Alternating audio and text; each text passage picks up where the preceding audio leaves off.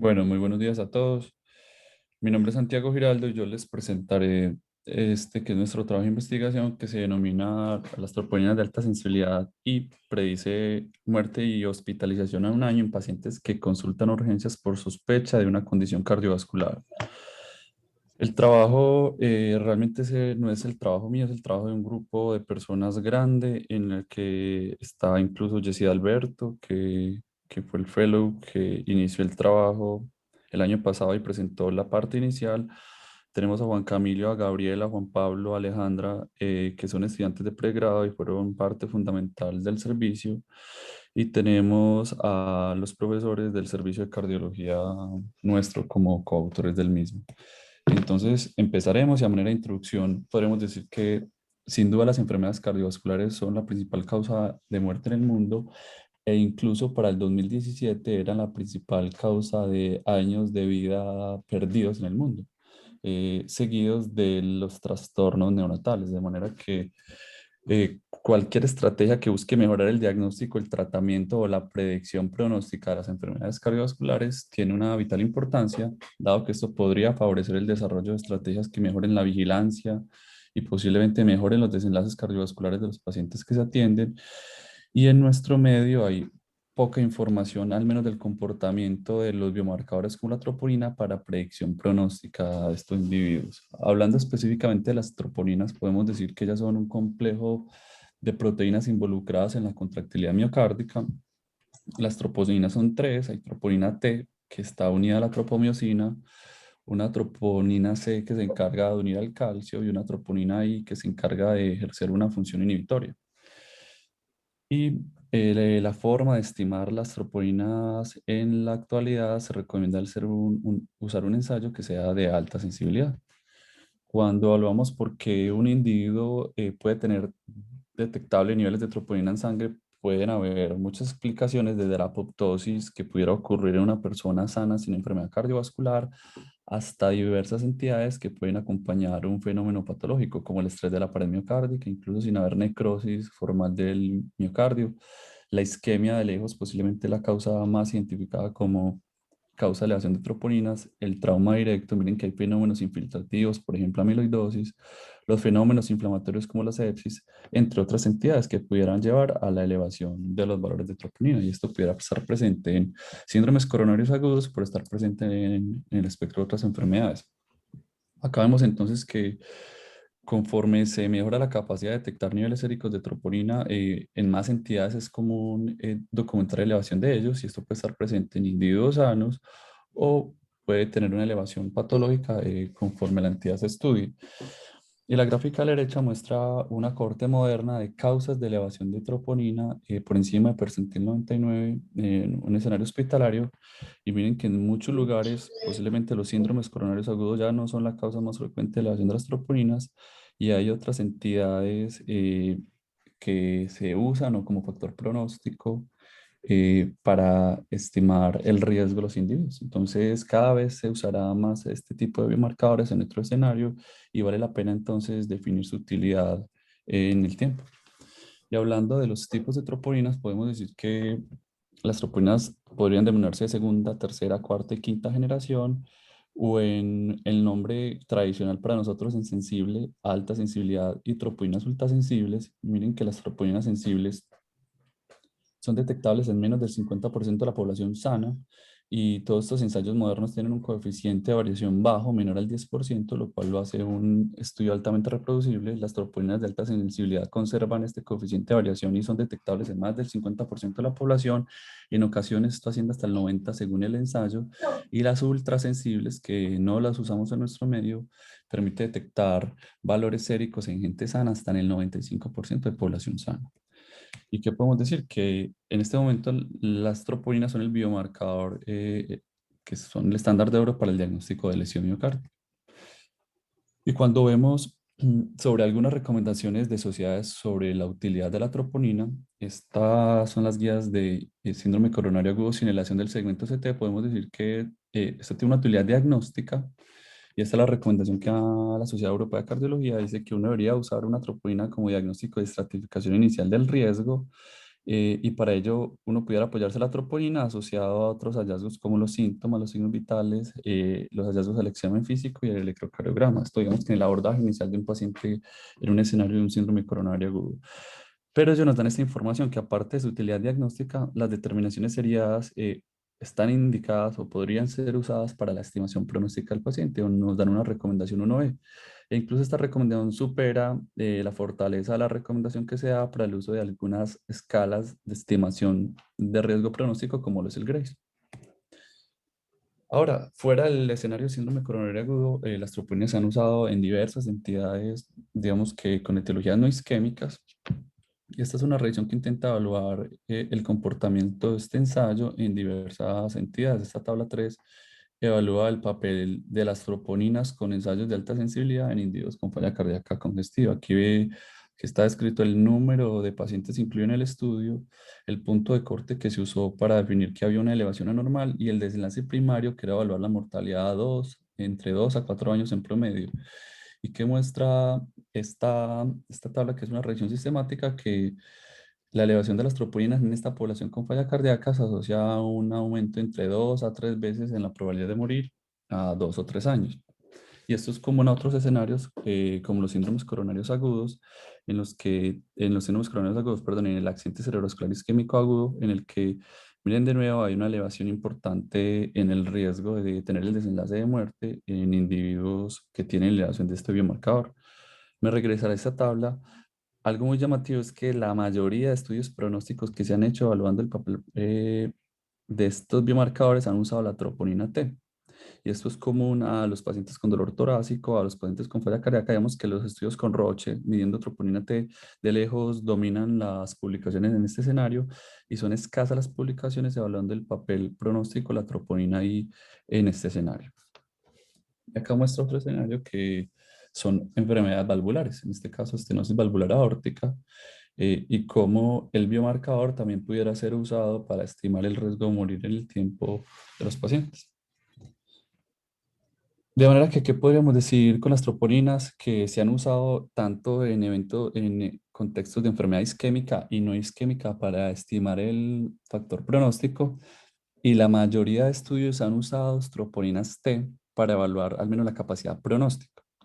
Y este estudio es un estudio muy interesante porque tomó una cohorte de pacientes que se consultaban por dolor torácico a urgencias, es una cohorte austríaca prospectiva, y a todos les hizo en simultáneo medición de 3 ensayos de troponinas diferentes. Unos eran troponina de alta sensibilidad T, que es la troponina de Roche, hay una troponina I de Beckman-Coulter y hay una troponina I de alta sensibilidad de Siemens, y había una troponina de Roche que era sensible, es decir, tenía una menor capacidad de detección que los ensayos previos. ¿Y qué podemos encontrar cuando evaluamos el área bajo la curva de estos ensayos para evaluar la capacidad diagnóstica?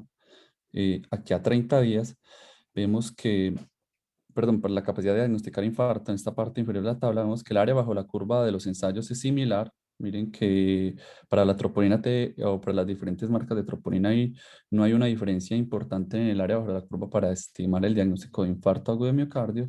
Y cuando ellos hacen análisis estadísticos para comparar el rendimiento de estas pruebas, no hay una diferencia entre las mismas, pero cuando ellos quieren evaluar el pronóstico, es decir, la muerte a 2 años de estos individuos, sí surge un hallazgo relevante. Es que la troponina T de alta sensibilidad pareciera tener una mejor capacidad de predecir el desenlace de muerte a 2 años, y esta área bajo la curva es inferior para los otros 2 ensayos con troponina I, y cuando le aplican un método estadístico encuentran que hay diferencias significativas entre la capacidad de predicción de la troponina T y la troponina I a favor del primer ensayo.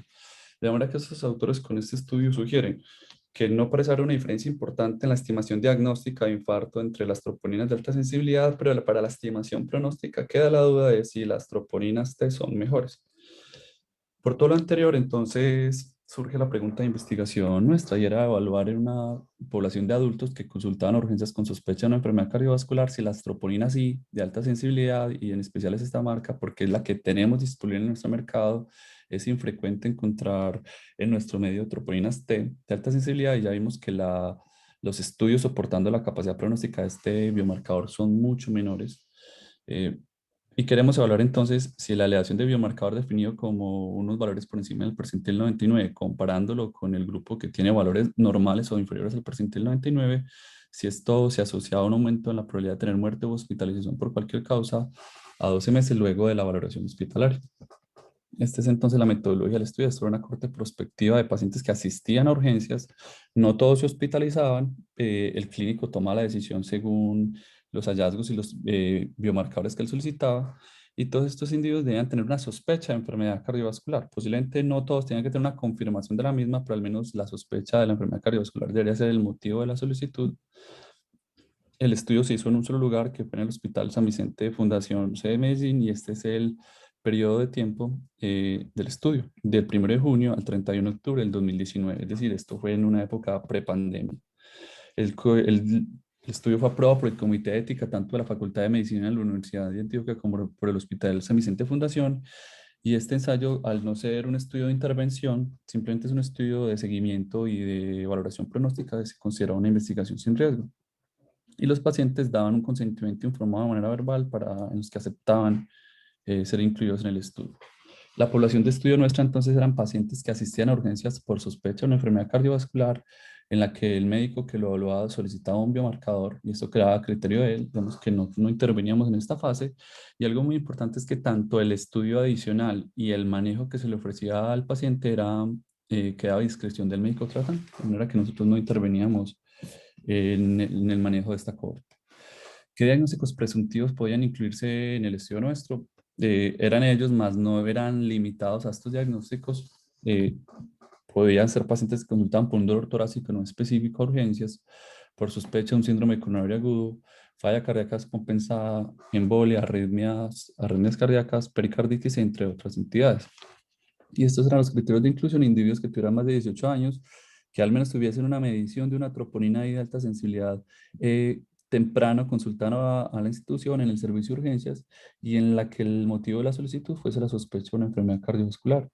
Y a quienes excluíamos: aquellos individuos que llevaran ya más de 24 horas de evolución en otro centro hospitalario, porque no sabíamos si esto pudiera modificar la capacidad pronóstica de la estimación del biomarcador, en los cuales la principal motivo de ingreso hospitalario no fuera una sospecha de una enfermedad cardiovascular, o aquellos en los que se hiciera de manera tardía o diferida la medición del biomarcador, en especial más de 24 horas luego de ingresar a la institución. Y estos fueron los dos ensayos que se utilizaron durante el estudio. Ambas eran troponinas de alta sensibilidad y en la fase inicial del estudio se usó esta marca, que era la marca Architect Out, y en la fase subsecuente del estudio se usó esta marca que fue Siemens Vatélica. Acá vemos los límites de detección de la prueba y el percentil 99 para cada uno de los ensayos, que en el caso de Architect era 26 nanogramos litro y en el caso de Siemens era 45 nanogramos litro. ¿Y qué ocurrió durante el estudio? Que entre junio y septiembre, hasta mediados de septiembre, el hospital usó esta marca o este ensayo para medir los niveles séricos de troponina en los pacientes del hospital, y por una decisión del hospital que era ajeno al diseño metodológico del estudio de los investigadores, ellos cambiaron de matriz en la que procesaban todos los paraclínicos de la institución, y por ende entre septiembre y octubre se usó de manera que se incluyeron pacientes que fueron medidos o estimados sus concentraciones séricas con otra marca. En este caso era Siemens de Atélica, pero ambos eran ensayos con una troponina I de alta sensibilidad. El desenlace primario que nosotros queríamos evaluar entonces era la asociación entre la primera muestra que se tomara en urgencias y el riesgo de muerte o hospitalización por cualquier causa a los 12 meses de seguimiento. Y algunos desenlaces secundarios que nos planteamos era si había asociación entre estos niveles y desenlaces como la muerte intrahospitalaria, la necesidad de ingreso a unidades de alta dependencia y el desarrollo de choque. ¿Y cómo evaluamos el desenlace? Durante la estancia hospitalaria documentamos si el paciente en efecto tenía una mortalidad durante esta consulta o ese debut al hospital, y si el paciente tenía rehospitalizaciones en el hospital base de estudio, esto se contaba como un evento o como una rehospitalización en el seguimiento. A todos los pacientes les hicimos un seguimiento telefónico a los 3, 6 y 12 meses luego del alta, y ya tuvimos la información para estimar el desenlace. Y por último, asistimos a la registraduría para obtener el estado de supervivencia a los 12 meses de toda la cohorte, y definir entonces fechas de muerte y poder trazar curvas de sobrevida en esta población. Respecto al análisis estadístico, este fue el tamaño de muestra que tuvimos. Estimando un riesgo de presentar el desenlace primario a 30 días del 19% en aquellos pacientes que tenían elevación del biomarcador por encima del percentil 99 y un riesgo de 0,6 en aquellos que no tenían elevación del biomarcador.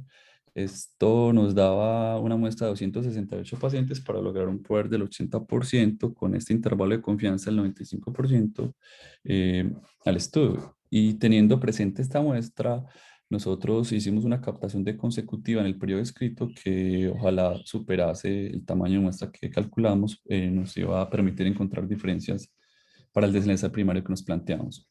Respecto al análisis estadístico, podemos decir que las variables categóricas las expresamos como números o porcentajes, las variables continuas las reportamos como media y desviación estándar o como mediana y rango interpartílico según estuviese indicado por pruebas de normalidad, y las variables continuas las comparamos con una prueba T-Student o con una prueba Ullman-Whitney según si era una distribución paramétrica o no paramétrica. Y nosotros buscamos establecer una correlación entre los niveles de las troponinas y de alta sensibilidad y la probabilidad de presentar este desenlace combinado a 12 meses. Para eso hicimos una regresión logística en la que inicialmente se hizo un análisis univariado para ver si hay asociación entre el biomarcador y el desenlace combinado. Luego hicimos un análisis multivariado en el que incluimos aquellas variables que tuviesen una p menor a 0,25 en el modelo y se hizo ajuste por algunas variables que pudieran tener un factor pronóstico para evaluar si la troponina estaba asociada de manera independiente con el desenlace que nosotros queríamos evaluar, y ajustamos por edad, saturación de oxígeno al ingreso, niveles de hemoglobina, velocidad de regurgitación tricuspidea y fracción de eyección, que digamos que son factores pronósticos, la mayoría de ellos aceptados, que pudieran modificar los desenlaces de los pacientes. Usamos curvas de Kaplan-Meier para evaluar la supervivencia libre del evento, es decir, libre del desenlace primario, y comparamos las curvas que trazamos con un test de long rank. En este caso, trazamos una curva dicotómica en cómo era el comportamiento del desenlace en pacientes que tenían elevación del biomarcador, es decir, mayor al percentil 99 versus aquellos que no lo tenían. Y usamos un modelo de riesgos proporcionales de Cox para estimar el hazard ratio de esta población. Eh, los análisis lo hicimos en esta TAC-14. Y estos son los resultados del estudio. Entonces, nosotros tamizamos 902 pacientes en estos 4 meses de seguimiento. A 347 pacientes los excluimos. Acá vemos que la causa más frecuente de exclusión era hospitalización por una causa diferente a la sospecha de una enfermedad cardiovascular. Y en segundo lugar, estaba aquellos individuos en los que la medición de la troponina se hizo de manera diferida. De manera que a la cohorte del análisis incluimos 55 pacientes. Y esta es entonces la tabla 1 que muestra las características demográficas basales. Aquí vemos entonces las variables a explorar, el comportamiento en el total de la cohorte y cómo se comportan estas variables en función de la dicotomización de los valores de troponina en menores o mayores al percentil 99. Y el primer dato a resaltar en este estudio es el siguiente, y es que el 44% de nuestros pacientes tenían elevación de los valores de troponina, lo cual en términos generales se considera alto, ¿cierto? Es decir, de uno de cada 2 pacientes a los que los médicos le pedían un valor de troponinas tenían elevación de los valores de los mismos o tenían valores mayores al percentil 99. Cuando encontramos entonces las características basales, vemos que el 56% eran hombres, la edad media era 63 años, pero miren que era un poco mayor en aquellos individuos que tenían valores más altos de troponina por encima del percentil 99. Las 2 terceras partes de la corte tenían como comorbilidad hipertensión, una tercera parte historia de lipidemia, y vemos que uno de cada 5 pacientes tenía diabetes y pareciera ser más común la presencia de diabetes en aquellos individuos que tenían troponinas por encima del percentil 99. 14% de la corte tenía enfermedad renal crónica y también pareciera ser más común en aquellos individuos que tenían elevación de los valores de troponina, al igual que el antecedente o la historia de tabaquismo en el paciente. Y cuando evaluamos la historia de enfermedad cardiovascular previa, miren que una tercera parte de los pacientes tenía historia de enfermedad cardiovascular y uno de cada 5 pacientes tenía historia de falla cardíaca previa como antecedente. Y estos son los diagnósticos con los que los pacientes fueron egresados de la estancia hospitalaria, ya sea durante un tiempo de vigilancia corta en urgencias o durante una hospitalización formal porque el médico así lo consideraba necesario. Vemos entonces que un síndrome coronario agudo fue la causa más frecuente o el diagnóstico más frecuentemente aportado a la corte, y esto ocurrió en el 29% de los pacientes de manera global. Miren que era más común que aquellos individuos que tenían elevación de las troponinas tuviesen un diagnóstico de un síndrome coronario agudo versus aquellos individuos en los que los valores de troponina eran normales. Y el segundo diagnóstico en orden decreciente era la presencia de dolor torácico no específico, que está presente hasta en el 28% de los pacientes y era más común en aquellos pacientes que tenían valores normales de troponina. Ya acá vemos otras entidades como la presencia de falla cardíaca, arritmias, accidente cerebrovascular y embolia pulmonar que tienen una representación pobre. Y entre otros, que aparece aquí en un 21% de la cohorte, aparecen entidades como las valvulopatías sintomáticas, la angina hipertensiva, y tuvimos una proporción muy baja de diagnósticos como MINOCA, que solo tuvimos 2 casos en esta cohorte, en nuestra prospectiva. Esto muestra las variables que se tomaron de imágenes durante la estancia hospitalaria y algunos desenlaces intrahospitalarios. Miren entonces que en aquellos individuos que tenían una ecocardiografía disponible, que era 371 pacientes de la cohorte, la fracción de eyección promedio era de 52%. Miren que era menor la fracción de eyección en aquellos individuos que tenían elevación de los valores de troponina por encima del percentil 99. El 35% de los pacientes se llevaron una coronariografía durante la hospitalización, y miren que era más común que aquellos pacientes con troponinas positivas se llevaran a esta ayuda diagnóstica. Y en el 70% de los casos en los que el individuo se llevó a una coronariografía, se encontró que había una presencia de una enfermedad coronaria significativa. Eh, El 21% de los pacientes necesitaron revascularización, algún método de revascularización, y aquí vemos que no hubo diferencias importantes entre estos dos grupos. En el método de revascularización, la mayoría de los pacientes se revascularizaron de manera percutánea, el 80% de los pacientes, y lo que sí parecía ser llamativo es que, bueno, las tasas de revascularización híbrida fueron muy bajas en esta población. Y cuando hablamos la proporción de ingreso a la unidad de cuidados coronarios o a la unidad de cuidados intensivos, la mayoría eran pacientes que ingresaban a la unidad de cuidados coronarios, solo que lo hicimos con un análisis mixto. El 71% de aquellos individuos que tenían troponinas altas ingresaba o a una UCI o a una unidad de cuidados coronarios para vigilancia, una proporción mucho menor que aquellos individuos con valores normales. Y acá vemos las tasas de complicación. Mire que la presencia de choque fue más común en los pacientes con troponinas elevadas, al igual que la presencia de fibrilación auricular, 6% versus 4%. Y cuando evaluamos la muerte intrahospitalaria, vemos que el 10% de los pacientes que tienen elevación de las troponinas de alta sensibilidad tuvieron una muerte hospitalaria, y esto ocurrió en el 2% de los pacientes que tenían valores denominables normales.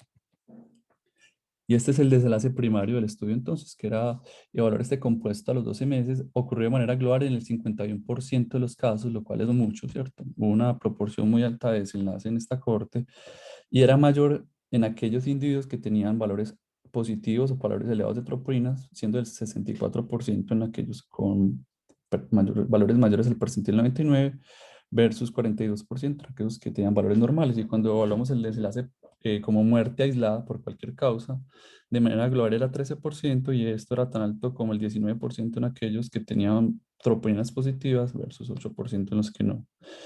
Y estos son algunos datos que nos muestran el tiempo, la mediana del tiempo al evento. Era más común que los pacientes o el tiempo que tardaban los pacientes con troponinas positivas en presentar el evento era mucho menor que aquellos individuos que tenían valores normales de troponinas. Esta es la curva de Kaplan-Meier entonces que trazamos para estimar la supervivencia libre del evento combinado que era muerte y rehospitalización. Aquí vemos entonces en rojo aquellos individuos con troponinas positivas y en azul aquellos pacientes con troponinas menor al percentil 99. Acá vemos entonces que el test de long rank dicen que hay una diferencia significativa entre ambas gráficas, y cuando usamos el modelo de Cox podemos definir que el hazard ratio de esta población era de 1,99. Miren que el intervalo de confianza pues es significativo, y el método estadístico para evaluarlo también, de manera que había una mayor probabilidad de presentar el desenlace combinado en el tiempo en aquellos pacientes que tenían elevación de las troponinas por encima del percentil 99, cuando el seguimiento se extendía a un año en promedio. Y cuando hablamos, en este caso ya son concentraciones de troponinas, esto nos muestra entonces dos datos. Algo que ya les había mencionado, y es que el 44% de nuestra corte tenía troponinas positivas, un 55% tenía valores menores al percentil 99. Algo importante es que la mayoría de los datos de nuestra corte se explican por la medición de troponina ABOT o troponina Architect. En el 83% de los casos este fue el biomarcador empleado. Y miren cómo Siemens representaba el 16% de los resultados que se aportan al estudio. De manera que este de lejos fue el biomarcador más empleado en nuestro estudio. 555 pacientes tenían al menos una medición y aquí están las concentraciones, las medianas de las concentraciones con sus respectivos rangos intercuartílicos según ya sea la marca Abbott o Siemens para el grupo de troponinas menores o mayores al percentil 99.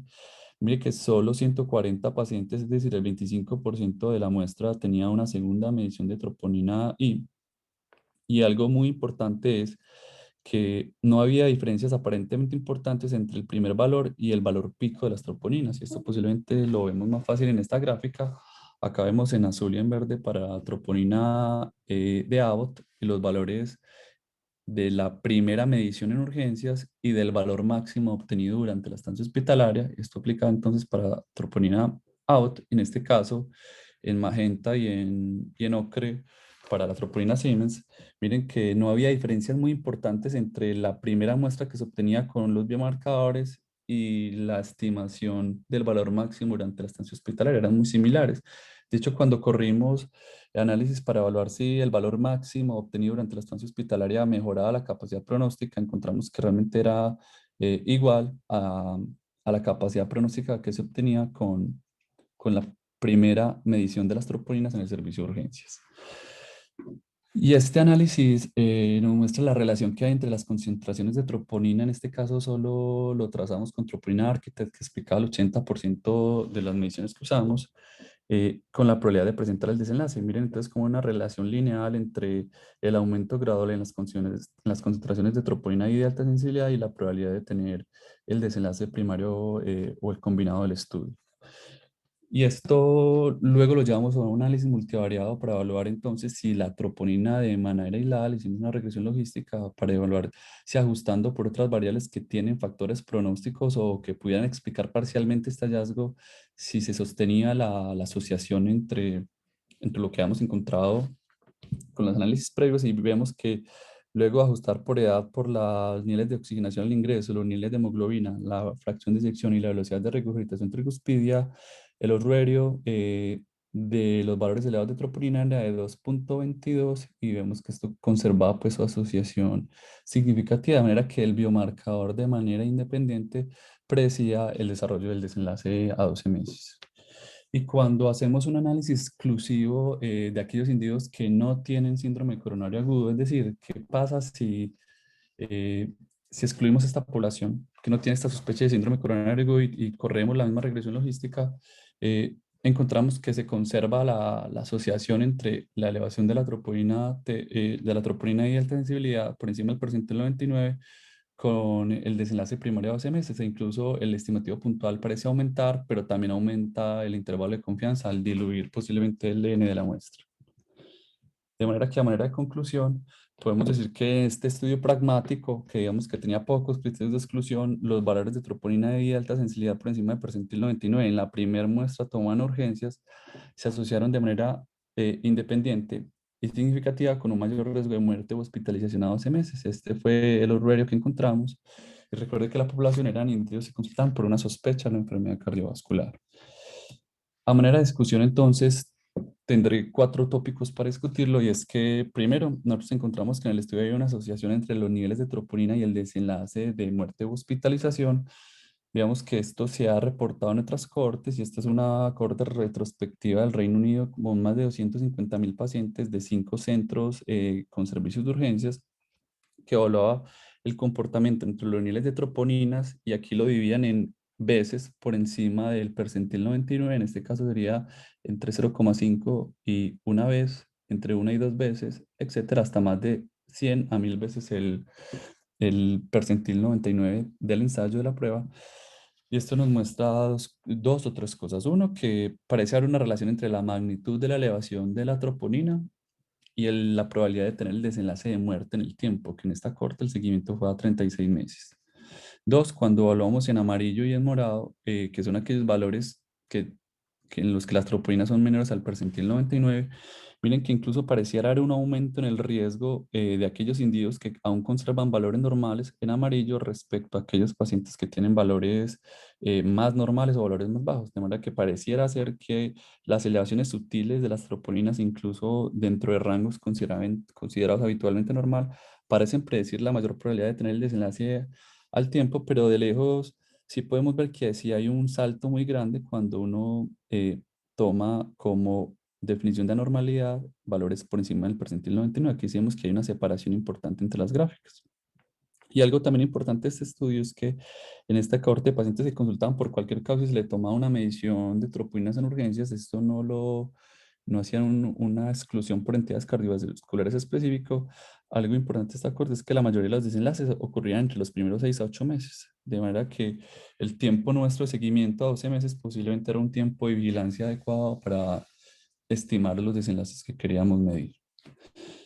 Y cuando ellos lo dicotomizan en troponinas positivas o troponinas negativas en el siguiente a 36 meses, mire que en esta cohorte de individuos a los que se le pida troponina por cualquier causa en servicios de urgencia en el Reino Unido, la positividad de la troponina confería a 36 meses una mortalidad cercana al 32%, y esto era muy inferior, cercano al 10% a aquellos pacientes que tenían valores negativos. Lo otro que mencionaremos es que en nuestro estudio parece haber una relación lineal entre los niveles de troponina y la probabilidad de presentar el desenlace. eh, y esto posiblemente los clínicos ya lo venían haciendo. Los clínicos generalmente asumen que a mayor valor de troponina, mayor riesgo de mortalidad tienen los pacientes, y posiblemente lo han estado haciendo bien. Este fue el resultado de nuestro estudio, y hay algunos estudios digamos, que actúan o muestran datos similares.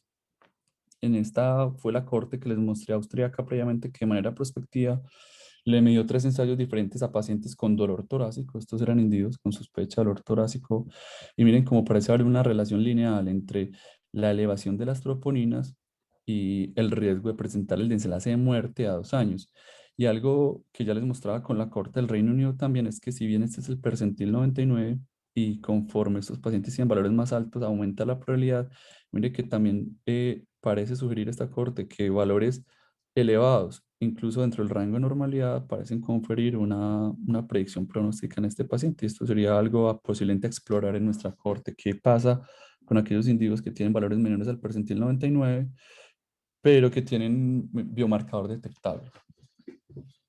Si bien muchos estudios han encontrado que hay una relación lineal, esto no es común, y no es común a todos los ensayos. Y este estudio del Reino Unido encontró que en el escenario de pacientes con síndromes coronarios agudos, la relación entre el hazard ratio o el riesgo de morir en el tiempo y la magnitud de la elevación de las troponinas en veces por encima del valor superior normal, en esta corte tenía una forma de U para los pacientes con síndrome coronario agudo, pero no para los pacientes en los que tenían una entidad diferente a un síndrome coronario agudo, en la que vemos que había un comportamiento exponencial. Y ellos, porque encuentran que en los síndromes coronarios agudos pudiera haber paradójicamente una mejoría en el desenlace conforme aumentan de manera dramática los valores. Y ellos hacen algún análisis respecto a la intervención que se les ofrece de manera invasiva a estos pacientes, y encuentran que los pacientes con síndromes coronarios agudos, aquí vemos el hazard el riesgo de presentar el desenlace de muerte, aquellos individuos que se llevan a estrategia de manejo invasivo. Posiblemente aquellos individuos que tenían valores más altos de troponinas se llevan más a una estrategia de manejo invasivo, y paradójicamente entonces los valores de troponinas muy altos parecían ser protectores para el desenlace de muerte. No así ocurría en aquellos pacientes que se manejaban de manera no invasiva.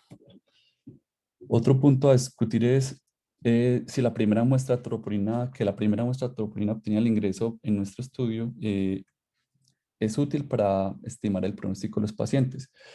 Y pareciera entonces que, a diferencia de la mejoría en el rendimiento diagnóstico que confiere la toma seriada de troponinas en pacientes con sospecha de dolor torácico, eso es un escenario diferente al nuestro, tener una única medición parece ser suficiente para fines pronósticos.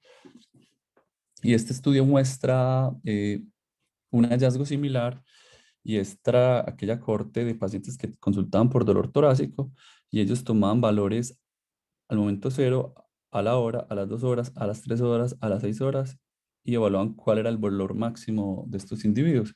Acá ven entonces los valores de las troponinas en pacientes que no sobrevivían y en pacientes que sí sobrevivían en función del tiempo, y pareciera no haber grandes variaciones en las mediciones de las troponinas de esta cohorte, algo que encontrábamos nosotros también, en el cual no había diferencias importantes en la primera medición y el valor pico durante la estancia hospitalaria en aquellos pacientes que tenían una segunda o una tercera medición. Y cuando ellos evalúan la probabilidad de morir a 730 días o a 2 años, eh, ellos dividen la magnitud de la elevación por sextiles de las troponinas, y ellos evalúan el momento cero, es decir, en azul, la medición de la troponina al ingreso a urgencias, que posiblemente fue lo que hicimos nosotros con todos los pacientes, y evaluaban el delta que había entre la medición de la hora cero y la hora 6. Y evaluaban si este delta mejoraba la capacidad de predecir la muerte a 2 años. ¿Qué encontraron ellos entonces? Que la primera medición de la troponina o evaluar el delta entre la hora cero y la hora 6 tenía un comportamiento muy similar para predecir el desenlace de muerte a 730 días, y esto ocurría también cuando se tomaban cambios absolutos en las concentraciones séricas de las troponinas. Digamos que entonces con fines pronósticos pareciera tener diferentes muestras seriadas, no mejorar la capacidad pronóstica de la población. Y algo importante que vale la pena discutir es que nosotros tuvimos una proporción muy alta de desenlaces, y esto es mucho mayor que cuando uno se compara con estudios en los que la cohorte solo incluye pacientes que consultan por dolor torácico. Y esta es una cohorte que evalúa el comportamiento de las troponinas de alta sensibilidad en los pacientes en los que se sospecha un síndrome coronario agudo. Miren, aquí están los diferentes estudios incluidos, que eran 5 de ellos, y aquí está, digamos, que la columna que agrupa la información obtenida de los mismos. La edad media era de 62 años, algo similar a la que nosotros encontramos. El porcentaje de hombres también fue similar a nuestra cohorte, pero miren que en este caso el 80% de los pacientes tenían dolor torácico. Y este es quizás el dato más importante que quería mostrar con esta tabla, y es que cuando se evalúa la tasa de positividad del biomarcador en estudios de pacientes que se consultan por sospecha de un síndrome coronario agudo, la positividad es 1 de cada 5 pacientes, se acercan al 20%. La positividad de nuestro biomarcador en la corte fue del 50%. Y algo importante es que algunos estudios como este excluyen pacientes que tengan infarto con elevación del segmento ST y parada cardíaca, de manera que a priori pudieran estar ellos seleccionando una población de menor riesgo, o nosotros seleccionar una población de más alto riesgo al no generar un criterio de exclusión para este tipo de poblaciones. Y cuando ellos evalúan entonces en una cohorte de pacientes con sospecha de síndrome coronario agudo, es decir, pacientes con dolor torácico, miren el desenlace a 1 año. El desenlace de mortalidad por cualquier causa era del 8%, y si ustedes recuerdan en el estudio nuestro, muerte aislada en pacientes con troponina mayor al percentil 99 fue de 18%, de manera que era muy superior a cohortes en los que los pacientes solo consultan por dolor torácico. Y hay estudios que muestran que cuando uno mezcla en una cohorte pronóstica de troponinas, población con síndrome coronario agudo y sin síndrome coronario agudo, el pronóstico cambia. Acá está esta cohorte, que es una cohorte escocesa, que tomó pacientes con sospecha de enfermedad cardiovascular, pero también tomó un abanico de entidades en los cuales se habían medido valores de troponinas, y evaluó cómo era el pronóstico de estos pacientes a 1 año. Entonces evaluó la mortalidad intrahospitalaria en negro y la mortalidad a 1 año en gris, y la corte la dividió en aquellos que tenían troponinas positivas y troponinas negativas, y en aquellos que tenían sospecha de un síndrome coronario agudo y en aquellos en los que no. Miren entonces que aquellos individuos con troponinas positivas en los que no hay un síndrome coronario agudo de base tienen una mortalidad al año cercana al 30%, y cuando ellos hacen un análisis eh, evaluando, comparando entre entidades coronarias y no coronarias, se encuentran que hay una asociación significativa entre la probabilidad de morir a 1 año y la presencia o hay mayor probabilidad de morir a 1 año en aquellos individuos que no tienen un síndrome coronario agudo que en aquellos que sí lo tienen, cuando se usan troponinas para estimar el factor pronóstico de esta población. Y este es el último punto de la discusión, y es, nosotros pudimos tener una mayor proporción de desenlaces que otros estudios de población que consultan por dolor torácico, y esto puede tener varias razones. Nosotros teníamos un estudio que era unicéntrico y estaba en una institución de tercer nivel. Nosotros incluimos diversas entidades más allá de simples pacientes que consultan por dolor torácico. Tuvimos criterios amplios de ingresos, y como les mostré, algunos estudios incluían infarto ST, e incluían pacientes que tenían muerte intrahospitalaria, o incluían, por ejemplo, pacientes con enfermedad renal crónica en hemodiálisis, de manera que la población era una población de menor riesgo. Y algo que posiblemente, esto es una hipótesis mía, nosotros tuvimos unas tasas de rehospitalización al año muy altas, nosotros pudiéramos tener barreras en la atención y en las debilidades del sistema de salud colombiano, y esto parcialmente puede explicar por qué el desenlace nuestro fue tan elevado. Y por último, mencionaré que los valores de troponina y de alta sensibilidad se asociaron al desenlace primario en la corte global, y en un subgrupo que hicimos para evaluar si también predecían el desenlace en pacientes que no tenían síndrome coronario agudo, también hubo una asociación significativa. Y algo para discutir esto lo tocamos en diapositivas atrás. ¿Qué limitaciones tenemos entonces? Que la mayoría de datos de nuestra corte se explican por mediciones de Architect o OUT, el 80% de los casos, y este cambio en la medición de la marca o del biomarcador fue una decisión institucional y fue ajena al diseño estadístico nuestro. Nosotros no tuvimos una medida seriada rutinaria de troponinas, por lo cual no podríamos afirmar por completo si tener una toma seriada rutinaria mejora la capacidad pronóstica. Parece que hay estudios que sugieren que no, pero aunque a la duda y no podríamos descartarlo, nuestro estudio es unicéntrico y no sabemos si los hallazgos de este estudio se aplican a otra población con una característica basal diferente. Nosotros tuvimos unas pérdidas del seguimiento telefónico del 21%, es decir, en el 21% de los casos no pudimos contactar a los individuos, pero digamos que al menos el estado de sobrevida logramos tenerlo por registros oficiales en la totalidad de los casos. Y algo muy importante es que nosotros, si bien sabíamos si el paciente había muerto o no, al menos ese dato está en la totalidad de los pacientes. De nosotros desconocemos las causas de muerte o hospitalización porque era difícil por un seguimiento telefónico hacer una buena tabulación de esos datos. El paciente generalmente es complejo para él decir cuál es el motivo de su hospitalización. Y en ese orden de ideas, no sabemos si la troponina predice muerte de origen cardiovascular o simplemente predice muerte por otras causas no cardiovasculares. Digamos que es algo que escapa al diseño nuestro y no podríamos aclararlo. Y en este orden de ideas, no podríamos definir si una intervención específica en particular pudiera mejorar el desenlace de estos pacientes o no, porque desconocemos la causa de muerte o hospitalización. Muchas gracias y eso era todo. No sé si tienen observaciones o preguntas.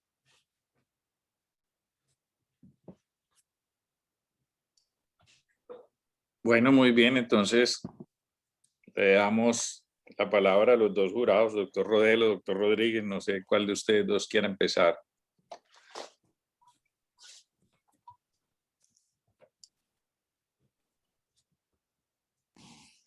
Muy buenos días para todos. Santiago, muy buena la presentación. Yo tengo pues como varias preguntas, ya algunas las había manifestado en el formato de evaluación de la tesis de grado. La primera pregunta, no sé si quieras poner, bueno, vamos en orden. La primera observación, más que pregunta, es que no recuerdo si en el texto del artículo explicas la técnica, no solamente el nombre de la marca de troponina que se está haciendo, sino una pequeña reseña de la técnica, porque cuando se publican artículos con biomarcadores, uno debe ser como muy explícito en cómo se hizo o cómo se aplica la técnica de la troponina que se utilizó, la de Architect o la de Siemens. Sí está escrito, no recuerdo No, creo que profe. solamente estaba mencionado.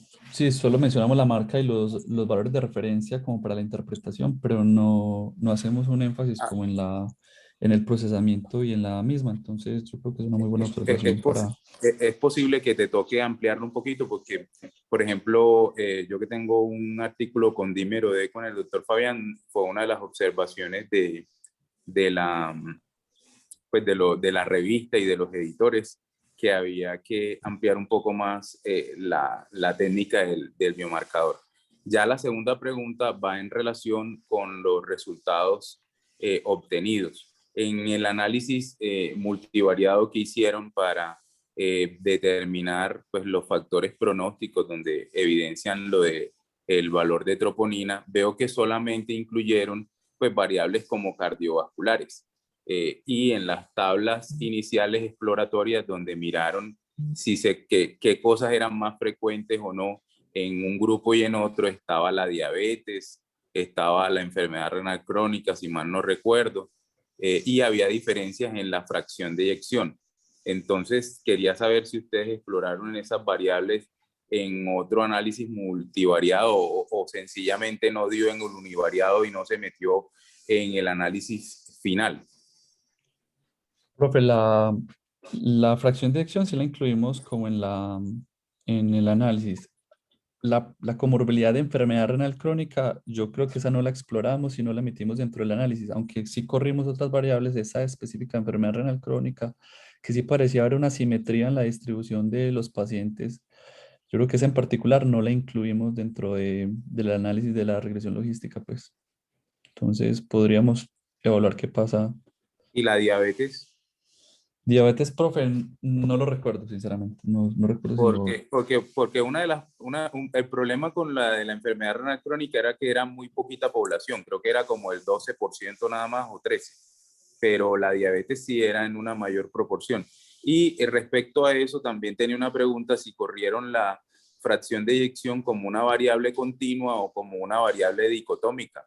Por ejemplo, poner quienes tengan menos de 40% de fracción de eyección versus más de 40% o menos de 50, más de 50, no sé, creo que la mediana era como 50, podrían utilizar la mediana o la media como punto de corte y explorar así y mirar a ver cómo les da, porque a veces los datos son tan, pues, en una variable continua son tan amplios que a veces en el análisis multivariado de esa forma, si lo colocamos, no encontramos una correlación, pero si lo hacemos, si la convertimos de una variable continua a una variable categórica, más de 45, menos de 45%, más de 50, menos de 50%, es probable que también se correlacione porque en las tablas iniciales, y creo que ese es el sentido de antes de correr el análisis multivariado, comparar cómo estaban los valores de troponina en un grupo y en otro, dependiendo de esas otras condiciones que se pueden asociar con el desenlace que ustedes están evaluando. No sé si lo exploraron también. Profe, yo creo que lo hicimos con una variable continua, pero creo que como una variable dicotómica no se hizo. Entonces lo anotaremos aquí para explorarlo. Y quiero que me muestres la primera tabla del análisis multivariado un momentico, porque hay un dato que no me cuadra, ¿no? Es, Ok. ahí dice que la troponina mayor del percentil 99 tiene un OR de 2.25 y el intervalo de confianza va de 1.27 a 3.98, pero la P es solo de 0.05. O la P está mala o el intervalo de confianza está mal. Con ese intervalo de confianza es imposible que la P sea 0.05, que es casi en el límite de la significancia estadística, ¿sí? Lo entendería si fuera 1 a 3.98 o 1.01 a 3.98, pero con ese OAR no creo que la P sea 0.05. Si quieres te vas al siguiente análisis multivariado y te muestro, mira, aquí es 2.84 y el intervalo es relativamente parecido y en ese sí la P sí cuadra más, 0.01. Entonces no sé si es un error de transcripción o qué pasó, pero debiera revisar. No me cuadra el valor así a simple vista. Perfecto, profe, muchas gracias. No, si no sé si hubo un error de transcripción, tendríamos que ir a analizar pues como los datos de Stata otra vez, porque puede que haya sido un error de digitación nuestro. Listo. Esos serían pues los aportes desde el punto de vista del análisis estadístico de lo que yo me leí en tu informe y de lo que acabaste de presentar. Nuevamente te felicito, no es fácil hacer una cohorte prospectiva.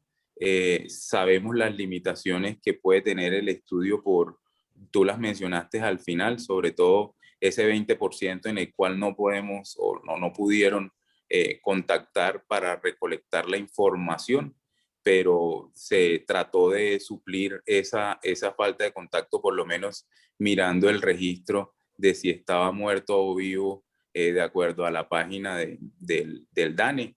Entonces, creo que para efectos del estudio, trataron pues como de minimizar el impacto de esa pérdida de información. Y bueno, no, a mí me gustó mucho el trabajo, creo que la discusión la pueden trabajar un poquito más, ya lo había puesto también en Sí, las sí. recomendaciones que tenían en el formato. No serían más las preguntas ni las anotaciones. le cedo el turno al otro evaluador. Muchas gracias, profe. Buenos días para todos. A mí me parece que el trabajo del doctor Giraldo seguramente nos va a ayudar mucho a de aquí en adelante tomar algunas decisiones a todos los cardiólogos. Y seguramente el énfasis de mi participación va a ser en este punto. Quizás el doctor Rodero ya ha hecho un análisis estadístico interesante de lo que hemos lo que el doctor Giraldo ha encontrado. Una de las cosas que de pronto me gustaría que nos aclarara, porque no me quedó muy claro cuando el paciente es descartado en la evaluación inicial por un motivo no cardiovascular, esa evaluación inicial, ¿quién lo descarta? ¿El médico de planta, el especialista, el médico de urgencias?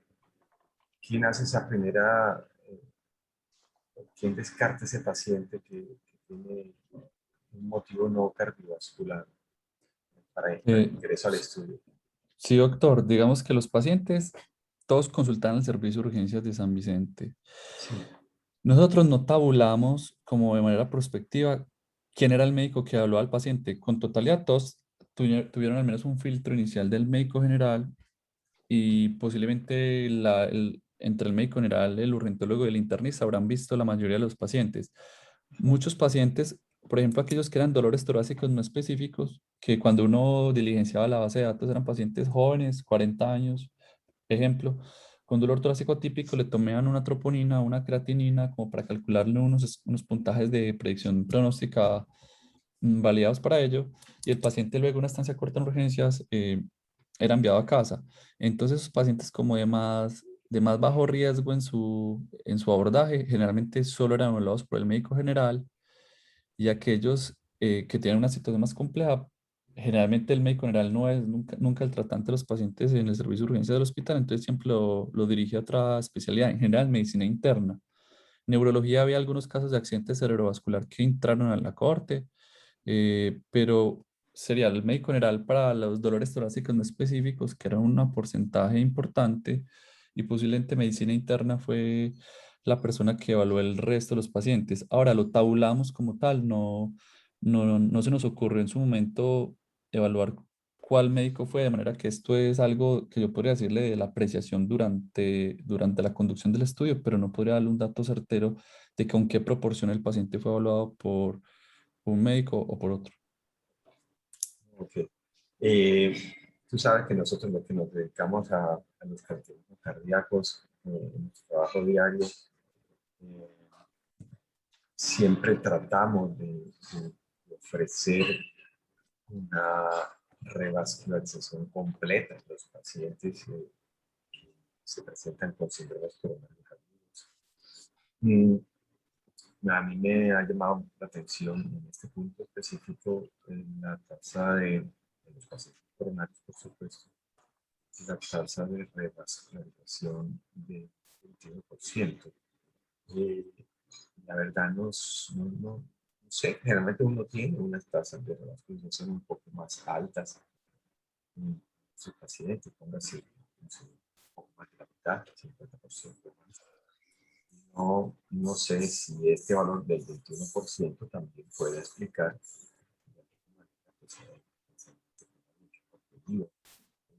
es que análisis hicieron de este porcentaje. Respecto a lo de las tasas de revascularización, entonces, como lo primero que podríamos decir es, cerca de la tercera parte de los pacientes en la corte se llevaron a una angiografía coronaria. Y esos pacientes que se llevaron a angiografía coronaria, ya les voy a mostrar cuántos tenían una enfermedad coronaria significativa, que olvido el dato puntual en este momento. El 70% de los pacientes tienen una enfermedad coronaria significativa, que en la parte inferior de la tabla les puse como la definición que acuñamos durante el estudio y que posiblemente es acogida pues por el grupo de hemodinamia de que pudiera considerarse una enfermedad coronaria significativa. Estas son las tasas de revascularización, posiblemente son más bajas cuando uno lo evalúa porcentualmente con el porcentaje de pacientes que fueron llevados a coronariografía. eh, pero aquí entraría que algo que nosotros no pusimos es que un porcentaje de pacientes, hay pacientes que se manejan de manera médica, ¿cierto? Maneja porque hay enfermedades coronarias no revascularizables. Entonces, posiblemente eso explica por qué hay una desproporción entre el número de pacientes que tienen enfermedad coronaria significativa y aquellos que en efecto tuvieron algún tipo de revascularización. Miren que había 146 pacientes con enfermedad coronaria significativa y 121 de ellos se llevaron a alguna estrategia de revascularización. Estos 20 pacientes que quedan por fuera de este escenario, que digamos que no se les ofreció ninguna estrategia de revascularización, en general eran pacientes que tenían una enfermedad que el médico, en especial el grupo de cuidado de hemodinamia, consideraba que no era revascularizable, a pesar de que era una enfermedad aterosclerótica grave, y por ende el manejo era conservador en estos pacientes. Eh, en este punto también te podría preguntar, y creo que lo mencionaste en el análisis que hace en la presentación que has hecho acerca de MINOCA, ¿sí? De la actividad coronaria no significativa de infarto. Eh, yo creo que hoy por hoy, como se han presentado las cosas, eh, es muy importante quizás hacer una anotación en donde se pueda como colocar como este punto no sé si de para una tabla, pero sí para quizás mencionarlo en el análisis de esos pacientes, cuántos eran minocas, si es que de verdad lo consideraron, porque de verdad es un punto muy relevante en el día a día, hoy también en la sala de hemodinamia, eso también lo estamos viendo, y mucho más en la era actual, ¿sí? De COVID y todo esto. Entonces, sería muy interesante que pudieras de pronto hacer un poquito más por lo menos, yo sé que deben ser poquitos, pero por lo menos considerarlo y describirlo un poco más. ¿Sí? Claro que sí, doctor. Nosotros no tabulamos el diagnóstico de Minoca, digamos que en la base de datos no lo planteamos para la recolección, pero de pronto se me ocurre que pudiéramos seleccionar la población con la base de datos que tenemos, seleccionar aquellos pacientes que tengan un biomarcador elevado. Y nosotros tenemos quienes tenían enfermedad ateroscleróticamente significativa, entonces pudiéramos buscar, aunque no lo tabulamos prospectivamente, pudiéramos buscar si hay una población que se asemeje a la definición de Minoca, es decir, que Sí, tenga síntomas, que tenga el valor de biomarcador y que por coronariografía no haya una enfermedad ateroscleróticamente significativa, porque nosotros no tabulamos específicamente el diagnóstico, pero pudiéramos evaluar en la base de datos y podríamos ver qué tantos pacientes tenemos y si eso nos da para hacer como un análisis de un subgrupo allí. sería muy interesante ver qué pasa con ellos. ¿Sí? Muy interesante. Otra consideración, otra pregunta que te hago ya desde el punto de vista de lo que va a significar pues, el estudio. Nosotros en un trabajo diario hemos cuestionado muchísimo cuando la solicitud tan liberal de la troponina. Es decir, se dice que todo paciente que llega a urgencias es troponina positivo, solicitud de troponina para así no tengamos la sospecha de la, de la enfermedad coronaria o de la condición cardiovascular en este caso. Por eso digo yo que ¿consideras tú que este estudio puede romper con ese paradigma de que le estamos solicitando troponinas a todo el mundo sin razón? ¿O esto te va a servir para decir, hombre, sí, tenemos que solicitar más troponinas? ¿Sí? Quisiera que me Sí, dieras tu opinión en ese punto. claro, doctor. Digamos que yo qué opino, yo creo que el atropina es útil para diagnóstico, que es un escenario en el que se puede usar y posiblemente en el que con mayor frecuencia lo usamos. Y este y otros estudios que yo cité a lo largo de la exposición posiblemente muestran que tiene una relación con el pronóstico, también en pacientes con enfermedad coronaria y en pacientes sin ella. Y pareciera ser como tan robusta la asociación de la troponina con la asociación de desenlaces cardiovasculares en el tiempo, que incluso ya hay puntajes de riesgo en pacientes en población general, es decir, en población sana, en el que hacen, por ejemplo, un Framingham ajustado o enrubestecido con valores de troponinas séricas. ¿Por qué? Porque la detección de trazas de troponinas, así sean menores al percentil 99, parecieran refinar la capacidad pronóstica y la estimación del riesgo de esos pacientes. Entonces yo creo que las troponinas sí tienen cabida en un escenario de estimación del riesgo y posiblemente yo creo que pronto pasarán incluso a estimación de riesgo en población general, comillas, sana. El problema es el uso que nosotros le demos, ¿cierto? Porque si nosotros llenamos el hospital de troponinas, se llenará el servicio de cardiología de interconsultas y el laboratorio de hemodinamia de coronariografías. Pues ya soy. Posiblemente porque aún el clínico, no todos los clínicos tienen el entrenamiento en saber qué hacer con un valor en un contexto que no sugiere isquemia. Y yo creo que los cardiólogos, los doctores, por ejemplo, en San Vicente, en el escenario de COVID, lo viven todos los días. Porque en COVID la troponina parece predecir el desenlace de muerte. Al paciente le piden una troponina para predecir eso, la probabilidad de morir, y valores altos de troponinas confunden al intensivista, al médico general, al internista. Entonces yo creo que si el clínico que está enfrentado sabe para qué lo va a usar, posiblemente sea una buena herramienta. Si él no tiene ese argumento para definir cómo evaluar un factor pronóstico y sean reales, es mejor que no lo pide. Yo creo que COVID quizás es el escenario donde más podíamos ver cómo esa dificultad. Sí, claro.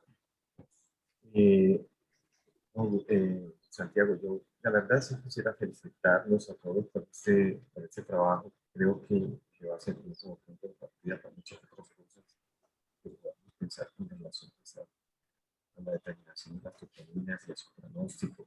Me parece de mucho valor lo que han hecho y de verdad los felicito. No tengo más cosas para decir. Felicitaciones. Perfecto, doctor. Muchas gracias. No sé Bueno, si alguien... sí. está abierta la discusión para los que quieran participar, preguntar, sugerir. Los profesores de la sección. El que quiera participar, por favor, levante la mano para asignarle el micrófono o a través del chat.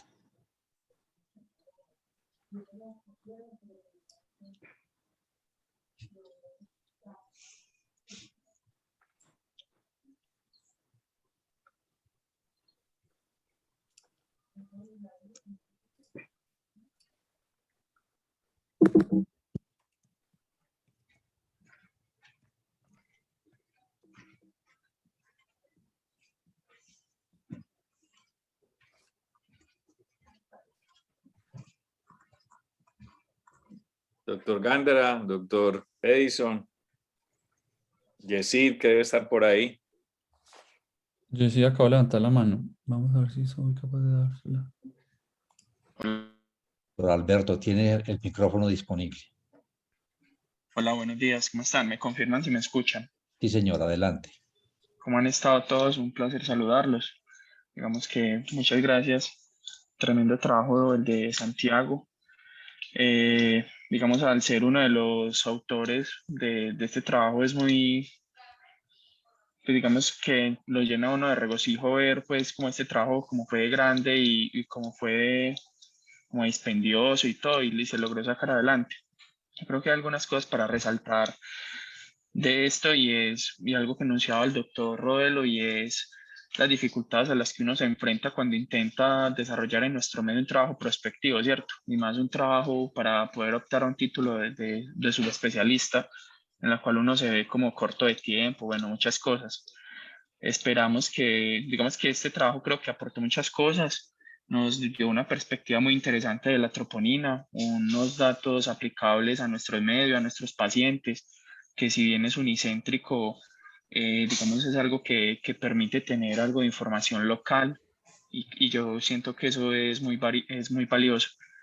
asimismo, confiamos en que, en que estos resultados que puedan ayudar a optimizar un poquito el cuidado de nuestros pacientes, entender que, digamos, hacer un énfasis en que yo creo que el problema no es la troponina como tal, que es algo que mencionaba uno de los evaluadores. El problema no es la troponina, yo creo que lo que debemos refinar es entrenar al médico para saber cuándo medirla, porque justamente cuando se pide, digamos, como sin una clara motivación o simplemente como hundir un clic en nuestro sistema pues, de historia clínica, ahí es cuando llega el enredo, pero cuando se aplica a un paciente con una sospecha de patología cardiovascular, con un síntoma que nos oriente a ello, definitivamente nos será muy útil y podemos ver pues, que también tiene un valor pronóstico muy importante. De antemano agradecer a todos los evaluadores y todos aquellos que hayan dado sugerencias con el fin de mejorar pues, el desempeño y la presentación del trabajo y agradecer a Santiago por su presentación.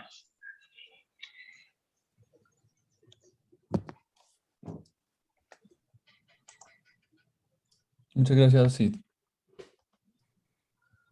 Adelante, Bueno, doctor Gándara. disculpen, había una anotacioncita que quería hacer cuando uno de los evaluadores también preguntó sobre los motivos no cardiovasculares, y es que, digamos, el filtro de entidad cardiovascular o no cardiovascular lo establecía, pues, digamos, como el médico que se había enfrentado al paciente, pero también cabe resaltar que todas las historias clínicas fueron revisadas por los autores, pues, del trabajo, y allí también se ejercía, pues, como la definición de si era o no una entidad cardiovascular. Esto surgió a raíz de algunos casos a los que nosotros nos enfrentamos, en los cuales el paciente tenía un resultado de troponina, pero digamos que cuando uno contrastaba eso con su historia clínica, por ninguna parte aparecía sospecha de infarto, sospecha de embolia pulmonar, o sea, no aparecía como una entidad cardiovascular subyacente o en su atención. Entonces, digamos que también eso se motivó gracias a esa situación.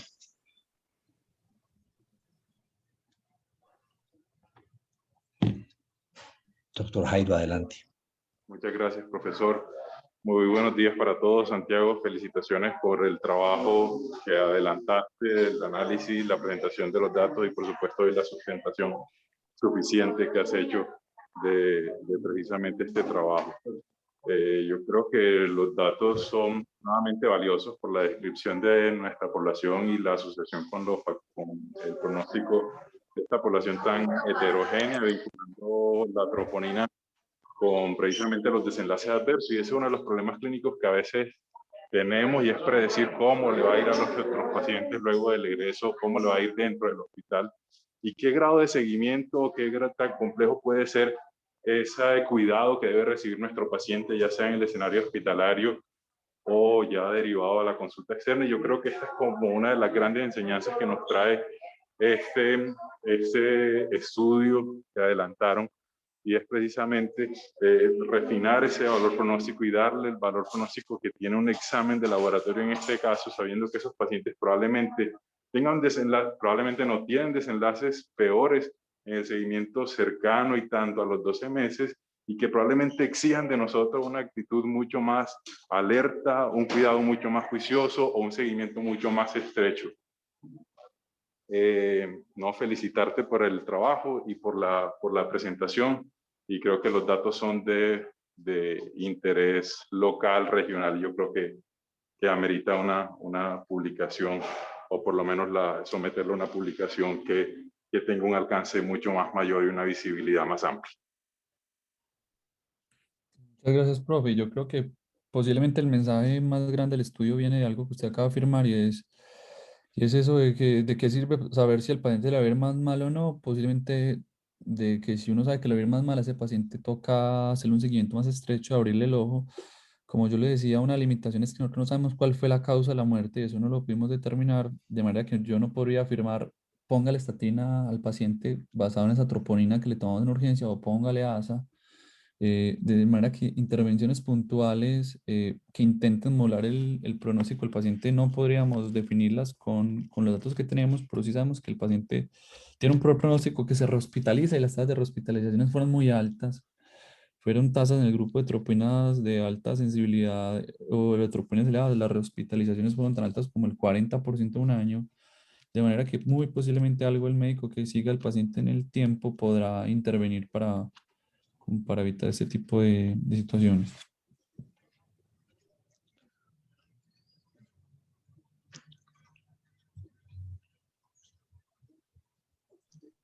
Los otros docentes, doctor Caraballo, doctor Miranda, Juan Pablo, ¿alguna anotación antes de que cerremos la sesión?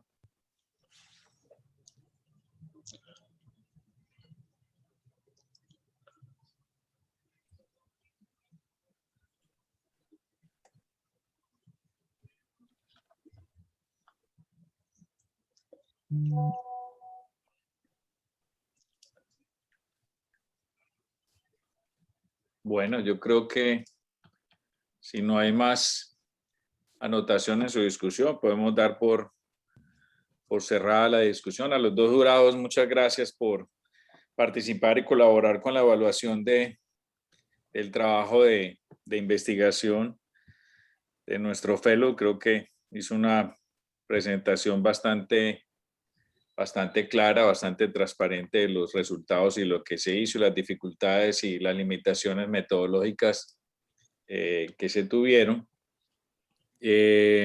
La evaluación que tienen pendiente, que es la evaluación de la sustentación del trabajo, por favor la remiten por correo a la secretaria de la sección de cardiología para que podamos completar el proceso, y ya el doctor va a presentar un resumen del trabajo de investigación en formato de investigación, en el formato de publicación, perdón, que es la última parte de su evaluación.